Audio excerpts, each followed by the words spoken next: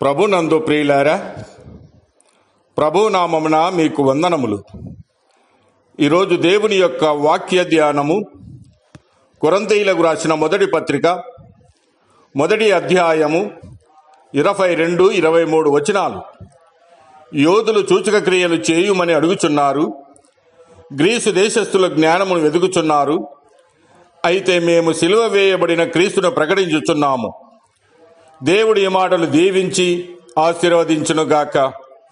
గమనించండి ప్రియులారా, నేడు ఇంకనూ అనేకులు బోధకుడా నీ వలన సూచక క్రియ చూడగోరుచున్నామని అడుగుచున్న వారి వలె ఉన్నారు. ఈనాడు అనేకులు దేవుడు ఒక ఆశ్చర్య కార్యము చేస్తే, లేక నా రోగము పోతే, లేక నాకు బాగా పంట పండితే, లేక నేను అనుకున్నవన్నీ జరిగితే యేసు ప్రభువును నమ్ముకుంటామని అనుకుంటున్నారు.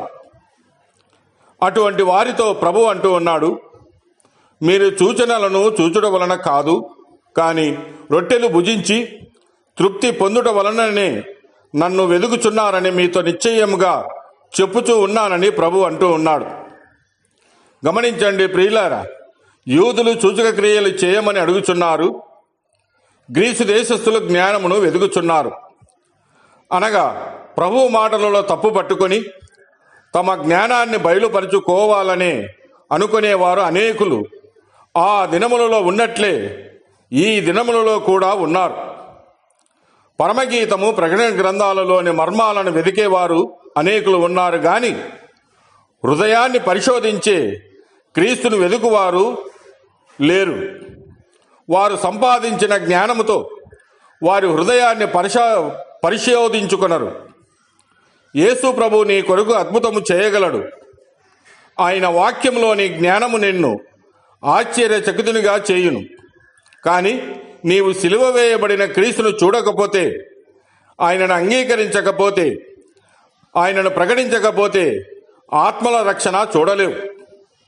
శరీర స్వస్థత పొందినప్పటికీ, బైబుల్ జ్ఞానమంతా తెలిసినప్పటికీ, సిలువ వేయబడిన క్రీస్తుని నీ రక్షకునిగా అంగీకరించి సిలువ రక్తంలో నీ పాపము కడుక్కొని విడుదల పొందకపోతే నీవు నరకానికి వెళ్ళెదవు.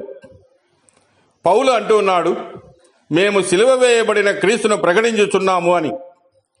సిలువలో వేలాడు యేసయ్యను చూసి కఠినాత్ముడైన దొంగ మారు మనసు పొందెను.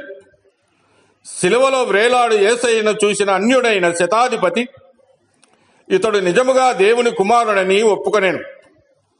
ముళ్ళ కిరీటం ధరించిన క్రీస్తు ముఖమును చూసిన పేతురు గుండె బ్రద్దలై తాను వెనకకు జారిన విషయమై పశ్చాత్తాపపడెను. కనుక ప్రియమైన వారలారా, నీవు ఎన్నడూ సిలువ వేయబడిన క్రీస్తును మరవవద్దు.